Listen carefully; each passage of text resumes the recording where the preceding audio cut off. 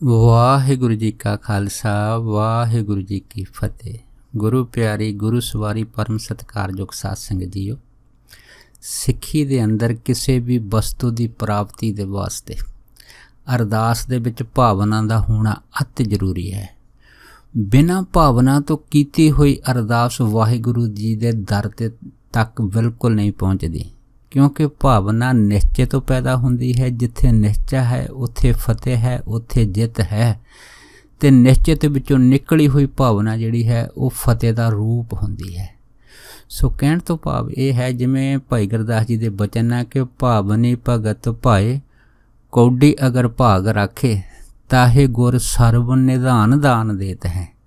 ਅਗਰ ਭਾਵਨਾ ਦੇ ਵਿੱਚ, ਸ਼ਰਧਾ ਦੇ ਵਿੱਚ ਕੀਤੀ ਹੋਈ ਬੇਨਤੀ ਜਿਹੜੀ ਹੈ, ਉਸ ਬੇਨਤੀ ਦੇ ਥਰੂ ਅਗਰ ਕੋਈ ਆਪਣਾ ਇੱਕ ਕੌਡੀ ਵੀ ਗੁਰੂ ਦੇ ਅੱਗੇ ਅਰਪਣ ਕਰ ਦੇਵੇ ਹੈ ਨਾ, ਅਤੇ ਉਸ ਭਾਵਨਾ ਦਾ ਸਦਕੇ ਹੀ ਫਿਰ ਗੁਰੂ ਸਾਰੇ ਖਜ਼ਾਨੇ ਉਸ ਆਪਣੇ ਜਗਿਆਸੂ ਪ੍ਰੇਮੀ ਦੇ ਹਵਾਲੇ ਕਰ ਦਿੰਦਾ ਹੈ। ਸੋ ਕਹਿਣ ਤੋਂ ਭਾਵ ਇਹ ਹੈ ਕਿ ਸਿੱਖੀ ਦੇ ਵਿੱਚ ਭਾਵਨਾ ਦਾ ਹੋਣਾ ਅਤਿ ਜ਼ਰੂਰੀ ਹੈ। ਸੋ ਕਹਿਣ ਤੋਂ ਭਾਵ ਇਹ ਹੈਗਾ ਕਿ ਅਗਰ ਕੋਈ ਕਿੰਨਾ ਵੀ ਜਿਹੜਾ ਉਹ ਪੜ੍ਹਿਆ ਲਿਖਿਆ ਵਿਦਵਾਨ ਹੋਵੇ, ਗਿਆਨੀ ਹੋਵੇ, ਤਰਕ ਬੁੱਧੀ ਵਾਲਾ ਹੋਵੇ, ਅਗਰ ਉਹਦੇ ਅੰਦਰ ਭਾਵਨਾ ਨਹੀਂ ਜਾਗਦੀ ਹੈ ਨਾ, ਉਹ ਆਪ ਗੁਰਸਿੱਖੀ ਤੋਂ ਮਿਲਣ ਵਾਲੇ ਸਾਰੇ ਲਾਭ, ਸਾਰੇ ਫਲ ਜਿਹੜੇ ਹੈ ਉਹਨਾਂ ਤੋਂ ਅਵੇਸਲਾ ਰਹਿ ਜਾਂਦਾ ਹੈ। ਇਸ ਕਰਕੇ ਅਸੀਂ ਦੇਖਦੇ ਹਾਂ ਕਿ ਖਾਸ ਕਰਕੇ ਜਿਹੜੇ ਜਗਿਆਸੂ ਜਿਹੜੇ ਹੈ ਨਾ ਸਿੱਖੀ ਤੋਂ ਬਾਹਰ ਹੁੰਦੇ ਆ ਜਾਂ ਅਨਭੋਲ ਹੁੰਦੇ ਆ, ਉਹਨਾਂ ਨੂੰ ਵਾਹਿਗੁਰੂ ਸਿੱਧੇ ਤੌਰ 'ਤੇ ਫਲਾਂ ਦੇ ਭੰਡਾਰ ਬਖਸ਼ ਦਿੰਦਾ ਹੈ। ਕਿਉਂਕਿ ਉਹਨਾਂ ਦੇ ਅੰਦਰ ਹੈ ਨਾ ਕਿਸੇ ਚੀਜ਼ ਦਾ ਕੋਈ ਸਵਾਲ ਨਹੀਂ ਹੁੰਦਾ। ਜਿੱਥੇ ਭਾਵਨਾ ਹੈ ਉੱਥੇ ਸਵਾਲ ਨਹੀਂ ਹੈ। ਬਸ ਭਾਵਨਾ ਇੱਕ ਪ੍ਰੇਮ ਦਾ ਰੂਪ ਹੈ, ਇੱਕ ਵੇਗ ਹੈ ਜਿਹੜੇ ਸਿੱਖ ਦੀ ਤੜਫ ਦੇ ਵਿੱਚੋਂ ਪੈਦਾ ਹੋਈ। ਵਾਹਿਗੁਰੂ ਜੀ ਦੇ ਦਰ ਤੱਕ ਇੱਕ ਅਰਦਾਸ ਜਿਹੜੀ ਹੈ ਨਾ ਉਹ ਇੱਕ ਵਸੀਲਾ ਬਣ ਜਾਂਦੀ ਹੈ। ਸੋ ਕਹਿਣ ਤੋਂ ਭਾਵ ਇਹ ਹੈ, ਜਿੱਥੇ ਭਾਵਨਾ ਹੈ ਉੱਥੇ ਫਲ ਹੈ, ਜਿੱਥੇ ਭਾਵਨਾ ਨਹੀਂ ਬਸ ਉੱਥੇ ਇੱਕ ਖੁਸ਼ਕਪਨ ਹੈ। ਜਾਂ ਉਹ ਕਹਿ ਲਓ ਕਿ ਇੱਕ ਤਰਕ ਬੁੱਧੀ ਦੇ ਅੰਦਰ ਕੀਤੀ ਹੋਈ ਮੰਗ ਜਿਹੜੀ ਆ ਉਹ ਕਦੇ ਵੀ ਗੁਰੂ ਘਰ ਦੇ ਵਿੱਚ ਪ੍ਰਵਾਨ ਨਹੀਂ ਹੁੰਦੀ। ਸੱਜਣ ਫਿਰ ਹੈ ਨਾ ਇਸ ਤਰ੍ਹਾਂ ਆਪਣੀ ਮੰਗ ਤੋਂ ਬਗੈਰ ਖਾਲੀ ਹੀ ਜਿਹੜੇ ਹੈ ਨਾ ਝੋਲੀਆਂ ਲੈ ਕੇ ਚਲੇ ਜਾਂਦੇ ਆ।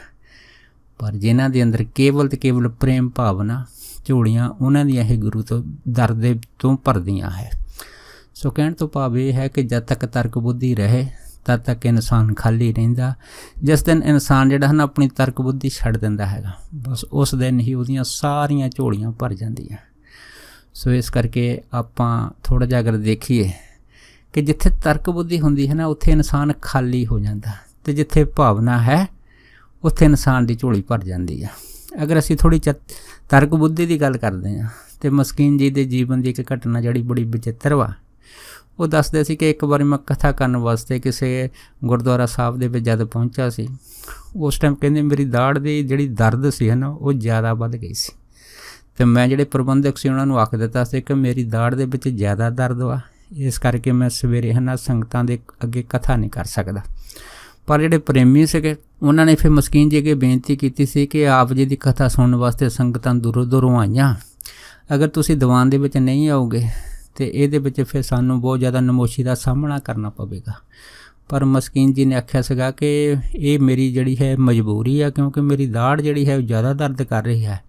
ਇਸ ਕਰਕੇ ਦਰਦ ਦੇ ਕਾਰਨ ਕਥਾ ਦੇ ਵਿੱਚ ਬੋਲਣ ਦੇ ਵਿੱਚ ਬੜਾ ਭਾਰੀ ਫਰਕ ਆ ਜਾਵੇਗਾ। ਖੈਰ ਕਹਿੰਦੇ ਜਦ ਇਸ ਤਰ੍ਹਾਂ ਦੀ ਗੱਲ ਚੱਲਦੀ ਸੀ, ਉਸੇ ਗੁਰਦੁਆਰੇ ਸਾਹਿਬ ਦੇ ਵਿੱਚ ਇੱਕ ਦੁਕਾਨਦਾਰ ਸੀ ਜਿਹੜਾ ਦਾੜ੍ਹ ਦਾ ਇਲਾਜ ਕਰਦਾ ਹੁੰਦਾ ਸੀ। ਕੁਦਰਤੀ ਕਹਿੰਦੇ ਉਸ ਦੁਕਾਨਦਾਰ ਨੇ ਕਿਹਾ ਕਿ ਮੇਰੇ ਪਾਸ ਇੱਕ ਐਸਾ ਮੰਤਰ ਵਾ ਵੀ ਜਿਹਦੇ ਕਰਨ ਦੇ ਨਾਲ ਤੁਹਾਡੀ ਦਾੜ੍ਹ ਜਿਹੜੀ ਆ ਫੌਰਨ ਉਹਦਾ ਦਰਦ ਜਿਹੜਾ ਗਾਇਬ ਹੋ ਜਾਊਗਾ। ਕਹਿੰਦੇ ਮੈਂ ਕਿਹਾ ਚੱਲ ਠੀਕ ਆ, ਅਗਰ ਇਸ ਤਰ੍ਹਾਂ ਹੋ ਸਕਦੀ ਹੈ ਤਾਂ ਚਲੋ ਦੇਖਦੇ ਹਾਂ, ਤੇਰਾ ਵੀ ਨੁਕਸਾ ਅਸੀਂ ਅਜਮਾ ਕੇ ਦੇਖ ਲੈਂਦੇ ਹਾਂ। ਕਹਿੰਦੇ ਉਸਨੇ ਇਸ ਤਰ੍ਹਾਂ ਕੀਤੀ, ਇੱਕ ਕਿੱਲ ਲੈ ਕੇ ਉੱਤੇ ਆਪਣੇ ਮੰਤਰ ਪੜ੍ਹੇ ਤਾਂ ਮੈਨੂੰ ਕਹਿ ਤਾ ਕਿ ਇਸ ਤਰ੍ਹਾਂ ਕਰੋ, ਆ ਜਿਹੜੀ ਕਿੱਲ ਹੈਗੀ ਆ ਇਹ ਲੱਕੜ ਦੇ ਦਰਵਾਜ਼ੇ ਜਾਂ ਕਿਸੇ ਲੱਕੜ ਦੇ ਵਿੱਚ ਗੱਡ ਦਿਓ। ਜਦੋਂ ਤੁਸੀਂ ਲੱਕੜ 'ਚ ਗੱਡੋਗੇ ਤੁਹਾਡੀ ਦਰਦ ਫੌਰਨ ਗਾਇਬ ਹੋ ਜਾਓ। ਮਸਕੀਨ ਜੀ ਕਹਿੰਦੇ ਅਸੀਂ ਇਸ ਤਰ੍ਹਾਂ ਕੀਤੀ, ਪਰ ਸਾਡੀ ਦਾੜ੍ਹ ਨੂੰ ਕੋਈ ਵੀ ਆਰਾਮ ਨਹੀਂ ਆਇਆ। ਫਿਰ ਜਦੋਂ ਉਹਨੇ ਆ ਕੇ ਪੁੱਛਿਆ ਕਿ ਹੁਣ ਸੁਣਾਓ ਤੁਹਾਡਾ ਹਾਲ ਕੀ ਆ, ਕੀ ਤੁਹਾਡੀ ਜਿਹੜੀ ਦਾੜ੍ਹ ਹੈਗੀ ਆ ਇਹਦਾ ਦਰਦ ਗਾਇਬ ਹੋ ਗਿਆ? ਮਸਕੀਨ ਜੀ ਕਹਿੰਦੇ ਵੀ ਦਰਦ ਕੀ ਗਾਇਬ ਹੋਣਾ ਸੀਗਾ, ਮੇਰਾ ਤਾਂ ਦਰਦ ਸਗੋਂ ਅੱਗੇ ਨਾਲੋਂ ਵੀ ਵੱਧ ਗਿਆ। ਫਿਰ ਕਹਿੰਦੇ ਉਹਨੇ ਇੱਕ ਹੋਰ ਕਿੱਲ ਲੈ ਕੇ ਮੰਤਰ ਪੜ੍ਹਿਆ, ਉਹ ਲੱਕੜ 'ਚ ਗੱਡੀ। ਫਿਰ ਮੈਨੂੰ ਪੁੱਛਿਆ ਕਿ ਹੁਣ ਤੁਹਾਡਾ ਦਰਦ ਕਿਵੇਂ ਹੈ? ਪਰ ਕਹਿੰਦੇ ਮੈਂ ਉਹਨੂੰ ਕਿਹਾ ਕਿ ਸੱਜਣਾ ਮੇਰੀ ਜਿਹੜੀ ਦਾੜ੍ਹ ਦੀ ਦਰਦ ਹੈ ਉਹਨੂੰ ਕੋਈ ਫਰਕ ਨਹੀਂ ਪਿਆ। ਫਿਰ ਉਹ ਕਹਿਣ ਲੱਗਾ ਚਲੋ ਠੀਕ ਆ, ਹੁਣ ਮੈਂ ਇਸ ਵਿਧੀ ਦੇ ਨਾਲ ਜਿਹੜੀ ਹੈ ਕਿੱਲ ਗੱਡਾਂਗਾ ਵੀ ਤੁਹਾਡੀ ਦਾੜ ਜਿਹੜੀ ਹੈ ਨਾ ਸਾਰੀ ਉਮਰ ਤੱਕ ਕਦੀ ਦਰਦ ਨਹੀਂ ਕਰੇਗੀ। ਫਿਰ ਕਹਿੰਦੇ ਉਹਨੇ ਆਪਣਾ ਫਿਰ ਮੰਤਰ ਪੜ੍ਹ ਕੇ ਜਦ ਕਿੱਲ ਗੱਡੀ ਤਾਂ ਕਹਿੰਦੇ ਫਿਰ ਇਹਨੂੰ ਪੁੱਛਿਆ ਵੀ ਹੁਣ ਦੱਸੋ। ਫਿਰ ਕਹਿੰਦੇ ਮੈਂ ਇਹਨੂੰ ਇਹ ਗੱਲ ਦੱਸੀ ਕਿ ਮੇਰੀ ਜਿਹੜੀ ਦਾੜ ਹੈ ਇਹਦਾ ਦਰਦ ਦੇ ਵਿੱਚ ਇੱਕ ਰੱਤੀ ਜਿੰਨਾ ਫਰਕ ਨਹੀਂ ਪਿਆ। ਜਦ ਕਹਿੰਦੇ ਇੰਨੀ ਗੱਲ ਹੋਈ ਤਾਂ ਉਹ ਸੱਜਣ ਮੈਨੂੰ ਕਹਿਣ ਲੱਗੇ ਕਿ ਅੱਜ ਤੱਕ ਮੇਰੇ ਮੰਤਰ ਦੇ ਦੁਆਰਾ ਕੀਤਾ ਹੋਇਆ ਇਲਾਜ ਕਦੀ ਸਫਲ ਨਹੀਂ ਗਿਆ, ਪਰ ਮੇਰਾ ਮੰਨਣਾ ਹੈ ਕਿ ਮੇਰੇ ਮੰਤਰ ਦੇ ਉੱਤੇ ਜਾਂ ਮੇਰੇ ਇਲਾਜ ਦੇ ਉੱਤੇ ਤੁਹਾਡੀ ਜਿਹੜੀ ਹੈ ਨਾ ਭਾਵਨਾ ਨਹੀਂ ਇਹ ਬਣਦੀ ਹੈ। ਅਗਰ ਤੁਹਾਡੀ ਭਾਵਨਾ ਮੇਰੇ ਮੰਤਰ ਦੇ ਉੱਤੇ ਬਣ ਜਾਂਦੀ ਤਾਂ ਤੁਹਾਡੀ ਦਾੜ ਦਾ ਦਰਦ ਜਿਹੜਾ ਹੈ ਨਾ ਬਿਲਕੁਲ ਸਹੀ ਹੋ ਜਾਣਾ ਸੀਗਾ।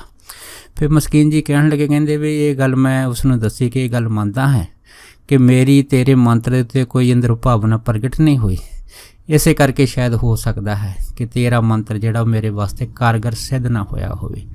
ਸੋ ਕਹਿਣ ਤੋਂ ਭਾਵ ਇਹ ਹੈ ਕਿ ਉਹਨੇ ਦੱਸਿਆ ਹੈ ਕਿ ਭਾਵਨਾ ਬਹੁਤ ਵੱਡਾ ਇੱਕ ਜਾਣੀ ਵਿਚੋਲਗੀ ਦਾ ਕੰਮ ਕਰਦਾ ਹੈ। ਜਿਹੜੀ ਗੁਰਸਿੱਖ ਦੀ ਵੇਦਨਾ ਜਿਹੜੀ ਹੈ ਜਾਂ ਬੇਨਤੀ ਹੈ ਉਹ ਗੁਰੂ ਤੇ ਤੱਕ ਪਹੁੰਚਦੀ ਹੈ। ਸੋ ਕਹਿਣ ਤੋਂ ਭਾਵ ਹੈ ਜਿੱਥੇ ਭਾਵਨਾ ਆ ਜਾਂਦੀ ਹੈ ਨਾ ਉੱਥੇ ਫਿਰ ਫਤਿਹ ਆ ਜਾਂਦੀ ਹੈ।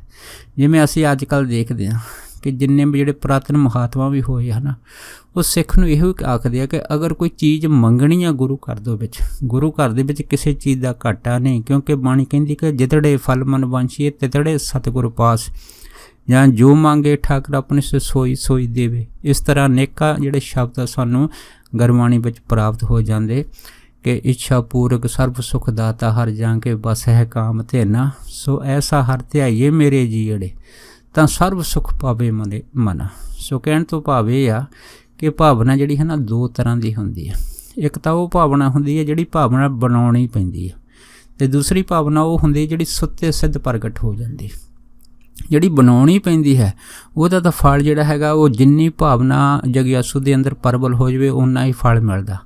ਪਰ ਜਿਹੜੀ ਸੁੱਤੇ ਸਿੱਧ ਭਾਵਨਾ ਹੁੰਦੀ ਹੈ ਨਾ, ਇਹ ਸਮਝ ਲਓ ਜਾਂ ਗੁਰੂ ਦੀ ਪੂਰੀ ਕਿਰਪਾ ਜਿਹੜੀ ਹੈਗੀ ਉਹ ਸੁੱਤੇ ਸਿੱਧ ਭਾਵਨਾ ਦੇ ਅੰਦਰ ਜਿਹੜੇ ਜਗਿਆਸੂ ਹੈਗੇ ਆ ਉਹ ਛਿਣ ਦੇ ਵਿੱਚ ਹੀ ਪ੍ਰਾਪਤ ਕਰ ਜਾਂਦੇ ਆ। ਜਿਵੇਂ ਅਸੀਂ ਦੇਖਦੇ ਹਾਂ ਕਿ ਪੱਛਮ ਦੇ ਜਾਂ ਉਹ ਗੁਰਸਿੱਖ ਤੋਂ ਬਾਹਰੇ ਜਿਹੜੇ ਸੱਜਣ ਹੈਗੇ ਆ ਜਿਹੜੇ ਗੁਰਸਿੱਖੀ ਗੁਰੂ ਨਾਨਕ ਦੇ ਘਰ ਨੂੰ ਬਿਲਕੁਲ ਨਹੀਂ ਜਾਣਦੇ, ਪਰ ਜਦ ਕਿਸੇ ਮੁਸ਼ਕਲ ਦੇ ਵਿੱਚ ਫਸਦੇ ਆ ਔਰ ਕਿਸੇ ਗੁਰਸਿੱਖ ਦੇ ਨਾਲ ਜਦੋਂ ਉਹਨਾਂ ਦੀ ਸਾਂਝ ਹੁੰਦੀ ਹੈ, ਜਦੋਂ ਉਹਨੂੰ ਦੱਸਿਆ ਜਾਂਦਾ ਕਿ ਗੁਰੂ ਘਰ ਦੇ ਵਿੱਚ ਹਰੇਕ ਮੁਸ਼ਕਲ ਦਾ ਹੱਲ ਹੈ, ਫਿਰ ਅਸੀਂ ਇਹ ਵੀ ਦੇਖਦੇ ਹਾਂ ਕਿ ਉਹ ਸਿੱਖ ਜਿਹੜੇ ਹਨ ਚੰਦ ਹੀ ਦਿਨਾਂ ਦੇ ਵਿੱਚ ਆਪਣੀਆਂ ਮੰਗਾਂ ਪੂਰੀਆਂ ਕਰਕੇ ਇਸ ਗੁਰੂ ਘਰ ਦੇ ਵਿੱਚੋਂ ਸਦਾ ਲਈ ਸੰਤੁਸ਼ਟ ਹੋ ਜਾਂਦੇ ਆ। ਪਰ ਅਸੀਂ ਕਿਉਂਕਿ ਸਾਡੀ ਜਿਹੜੀ ਭਾਵਨਾ ਹੈ ਨਾ ਉਹ ਨਹੀਂ ਬਣਦੀ ਜਿਹਦੀ ਅਸੀਂ ਕੋਸ਼ਿਸ਼ ਕਰਦੇ ਹਾਂ। ਅਗਰ ਭਾਵਨਾ ਅਸੀਂ ਬਣਾਉਣ ਦੀ ਕੋਸ਼ਿਸ਼ ਕਰਦੇ ਹਾਂ ਤਾਂ ਅਸਲੀ ਭਾਵਨਾ ਦੀ ਜਗ੍ਹਾ ਇੱਕ ਬਨੌਟੀ ਜਿਹੀ ਭਾਵਨਾ ਅੰਦਰ ਬਣ ਜਾਂਦੀ ਆ, ਜਿਸ ਕਰਕੇ ਅਸੀਂ ਗੁਰੂ ਤੋਂ ਆਪਣੀਆਂ ਖੁਸ਼ੀਆਂ ਦੀ ਪ੍ਰਾਪਤੀ ਜਿਹੜੀ ਹੈ ਨਾ ਉਹਨਾਂ ਤੋਂ ਹਮੇਸ਼ਾ ਅਵੇਸਲੇ ਰਹਿ ਜਾਂਦੇ ਆ। ਇਸ ਕਰਕੇ ਅਸੀਂ ਦੇਖਦੇ ਹਾਂ ਕਿ ਜਿਨ੍ਹਾਂ ਦੇ ਅੰਦਰ ਸੁੱਤੇ ਸਿੱਧ ਭਾਵਨਾ ਪ੍ਰਾਪਤ ਹੋ ਜਾਂਦੀ ਆ ਉਹ ਗੁਰੂ ਘਰ ਦੇ ਵਿੱਚ ਸਭ ਕੁਝ ਪ੍ਰਾਪਤ ਕਰ ਜਾਂਦੇ ਆ। ਜਿਵੇਂ ਸੰਤ ਬਾਬਾ ਬਰਿਆਮ ਸਿੰਘ ਜੀ ਰਤਵਾੜੇ ਵਾਲੇ ਮਹਾਂਪੁਰਖ, ਉਹਨਾਂ ਦੇ ਜੀਵਨ ਦੀ ਘਟਨਾ ਆਪ ਸਾਰਿਆਂ ਦੇ ਸਾਹਮਣੇ ਰੱਖੇਗਾ। ਸੰਤ ਬਰਿਆਮ ਸਿੰਘ ਦੱਸਦੇ ਸੀ ਕਿ ਉਹਨਾਂ ਦੇ ਘਰ ਦੇ ਜਿਹੜੇ ਇੱਕ ਨੌਕਰ ਰਹਿੰਦੇ ਸੀ, ਨੌਕਰਾਣੀ, ਕਹਿੰਦੇ ਉਹਨਾਂ ਦੀ ਉਮਰ ਤਕਰੀਬਨ ਜਿਹੜੀ ਸੀ ਉਹ 40 ਸਾਲ ਤੋਂ ਉੱਪਰ ਸੀਗੀ। ਕਹਿੰਦੇ ਇੱਕ ਦਿਨ ਉਹ ਨੌਕਰਾਣੀ ਮੇਰੇ ਕੋਲ ਆਈ ਅਤੇ ਮੈਨੂੰ ਕਹਿਣ ਲੱਗੀ ਕਿ ਮੇਰਾ ਚਿੱਤ ਕਰਦਾ ਕਿ ਮੈਂ ਨਾਨਕ ਮੱਤੇ ਜਾਵਾਂ, ਉੱਥੇ ਜਾ ਕੇ ਮੱਥਾ ਟੇਕਾਂ, ਪਰ ਮੇਰੇ ਮਨ ਦਾ ਇੱਕ ਸਵਾਲ ਹੈ ਕਿ ਗੁਰੂ ਨਾਨਕ ਜਦੋਂ ਮੈਂ ਉਹਦੇ ਘਰ ਜਾਊਂਗੀ ਮੈਨੂੰ ਪੁੱਤਰ ਦੀ ਦਾਤ ਦੇ ਸਕਦਾ ਹੈ। ਕਹਿੰਦੇ ਜਦੋਂ ਨੌਕਰਾਣੀ ਨੇ ਸਾਨੂੰ ਇਹ ਗੱਲ ਆਖੀ ਸੀ ਅਤੇ ਕਹਿੰਦੇ ਫਿਰ ਮੈਂ ਆਪਣੀ ਨੌਕਰਾਣੀ ਦੀ ਇਹ ਗੱਲ ਜਿਹੜੀ ਨਾ ਸੁਣ ਕੇ ਕੁਛ ਟਾਈਮ ਚੁੱਪ ਕਰ ਗਿਆ ਸੀ, ਪਰ ਮੈਂ ਉਹਨੂੰ ਇਹ ਗੱਲ ਆਖ ਦਿੱਤੀ ਸੀ ਕਿ ਗੁਰੂ ਘਰ ਦੇ ਵਿੱਚ ਕਿਸੇ ਚੀਜ਼ ਦਾ ਘਾਟਾ ਨਹੀਂ ਹੈ, ਜੋ ਵੀ ਮੰਗਦਾ ਹੈ ਨਾ ਜੋ ਮੰਗੇ ਠਾਕੁਰ ਆਪਣੇ ਸੇ ਸੋਈ ਸੋਈ ਦੇਵੇ, ਉਸ ਨੂੰ ਪ੍ਰਾਪਤ ਹੋ ਜਾਂਦਾ। ਫਿਰ ਕਹਿੰਦੇ ਮੈਂ ਉਹਨੂੰ ਉਹ ਮੰਗਣ ਦੀ ਥੋੜ੍ਹੀ ਜਿਹੜੀ ਜੋ ਵਿਧੀ ਸੀਗੀ ਉਹ ਦੱਸ ਦਿੱਤੀ ਕਿ ਤੁਸੀਂ ਕਿਵੇਂ ਜਾ ਕੇ ਜਿਹੜੇ ਨਾ ਭਾਵਨਾ ਦੇ ਵਿੱਚ ਜਾ ਕੇ ਪਹਿਲਾਂ ਉੱਥੇ ਮੱਥਾ ਟੇਕਣਾ ਨਿਸ਼ਾਨ ਸਾਹਿਬ 'ਤੇ, ਫਿਰ ਦੇਗ ਕਰਾਉਣੀ ਹੈ, ਫਿਰ ਇਸ ਤਰ੍ਹਾਂ ਕਰਨਾ। ਕਹਿੰਦੇ ਸਾਰੀ ਜਿਹੜੀ ਸੀ ਮੈਂ ਮਰਜ਼ਾਦਾ ਜਿਹੜੀ ਸੀ ਉਸ ਨੌਕਰਾਣੀ ਜਿਹੜੀ ਸਾਡੇ ਘਰ ਦੇ ਵਿੱਚ ਕੰਮ ਕਰਦੀ ਸੀ ਮੈਂ ਕਹਿੰਦੇ ਉਹਨੂੰ ਸਮਝਾ ਦਿੱਤੀ ਸੀ।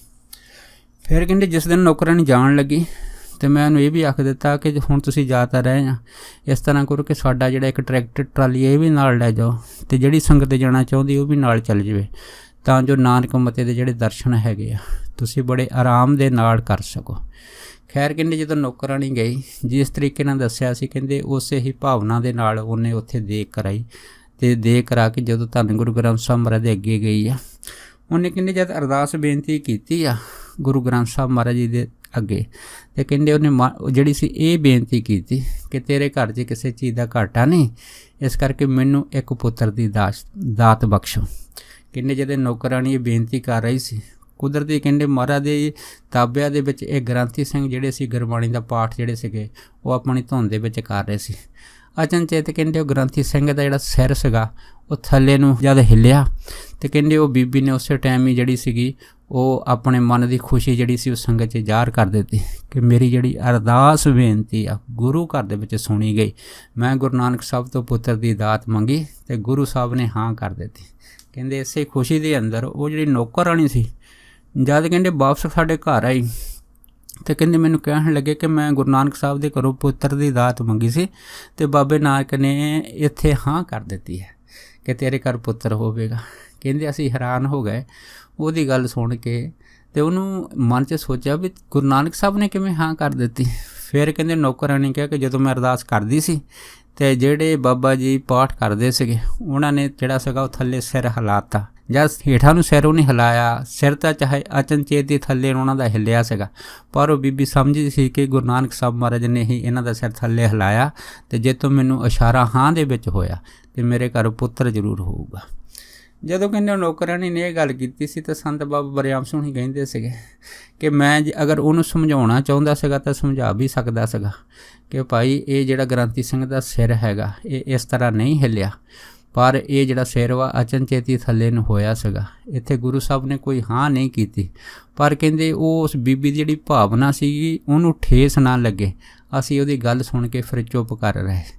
ਕਹਿੰਦੇ ਦੇਖੋ ਐਸੀ ਕਿਰਪਾ ਉਹਦੀ ਭਾਵਨਾ ਨੂੰ ਫੜ ਲੱਗਾ ਕਿ ਸਾਲ ਦੇ ਅੰਦਰ ਹੀ ਉਹ ਸਾਡੀ ਜਿਹੜੀ ਨੌਕਰਾਣੀ ਸੀ ਕਹਿੰਦੇ ਉਹਨੂੰ ਪੁੱਤਰ ਦੀ ਦਾਤ ਪ੍ਰਾਪਤ ਹੋਈ। ਸੋ ਕਹਿਣ ਤੋਂ ਭਾਵ ਇਹ ਹੈ ਕਿ ਜਿੱਥੇ ਭਾਵਨਾ ਹਨ, ਭਾਵਨਾ ਜਿਹੜੀ ਹੈ ਉਹ ਕਿਸੇ ਤਰ੍ਹਾਂ ਦਾ ਕੋਈ ਗੁਰੂ ਘਰ ਦੇ ਵਿੱਚ ਸਵਾਲ ਨਹੀਂ ਰੱਖਦੀ, ਕਿਉਂਕਿ ਇੱਥੇ ਸਵਾਲੀਆ ਨਹੀਂ, ਸਿਰਫ ਤੇ ਸਿਰਫ ਭਾਵਨਾ ਦਾ ਜਵਾਬ ਹੈ, ਤੇ ਜਵਾਬ ਵੀ ਭਰਪੂਰ ਹੈ। ਜਿੱਥੇ ਭਾਵਨਾ ਹੈ ਉੱਥੇ ਸਭ ਕੁਝ ਹੈ। ਸੋ ਭਾਵਨਾ ਜਿਨ੍ਹਾਂ ਦੇ ਹਿਰਦੇ ਵਿੱਚ ਪ੍ਰਗਟ ਹੋ ਜਾਂਦੀ ਆ ਸੁੱਤੇ ਸਿੱਧ ਉਹ ਗੁਰੂ ਘਰ ਦੇ ਵਿੱਚੋਂ ਮਾਲਾ ਮਾਲ ਹੋ ਜਾਂਦੇ ਆ, ਪਰ ਜਿਹੜੇ ਭਾਵਨਾ ਤੋਂ ਸਖਣੇ ਹੁੰਦੇ ਆ, ਕੇਵਲ ਵਿਦਵਾਨੀ ਬੋਲੀ ਹੀ ਜਾਣਦੇ ਹੈ, ਉਹ ਇਹਨਾਂ ਵਸਤੂਆਂ ਤੋਂ ਗੁਰੂ ਘਰ ਦੀਆਂ ਬਖਸ਼ਿਸ਼ ਤੋਂ ਖਾਲੀ ਰਹਿ ਜਾਂਦੇ ਆ। ਸੋ ਕਹਿਣ ਤੋਂ ਭਾਵ ਹੈ ਜਿੱਥੇ ਭਾਵਨਾ ਹੈ ਉੱਥੇ ਮੰਗ ਦੀ ਪੂਰਤੀ ਅਵੱਸ਼ ਹੈ। 100 ਨਹੀਂ 110% ਉੱਥੇ ਮੰਗ ਦੀ ਪੂਰਤੀ ਗੁਰੂ ਘਰ ਵੱਲੋਂ ਪ੍ਰਤੱਖ ਤੌਰ 'ਤੇ ਹੋ ਜਾਂਦੀ ਹੈ।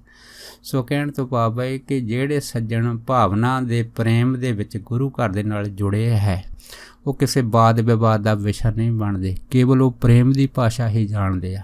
ਤੇ ਪ੍ਰੇਮ ਦੀ ਭਾਸ਼ਾ ਜਿੱਥੇ ਹੈ ਗੁਰੂ ਘਰ ਵਿੱਚੋਂ ਪ੍ਰੇਮ ਦੀ ਭਾਸ਼ਾ ਜਿਹੜੀ ਹੈ ਉਹਦੀ ਬੋਲੀ ਪਹਿਲ ਦੇ ਆਧਾਰ 'ਤੇ ਸੁਣੀ ਜਾਂਦੀ ਹੈ, ਤੇ ਉੱਥੇ ਫਲ ਜਿਹੜਾ ਹੈ ਨਾ ਸਿੱਧਾ ਤੌਰ 'ਤੇ ਪ੍ਰਤੱਖ ਜ਼ਹਰ ਸਰੂਪ ਹੋ ਕੇ ਵਰਤਦਾ ਹੈ।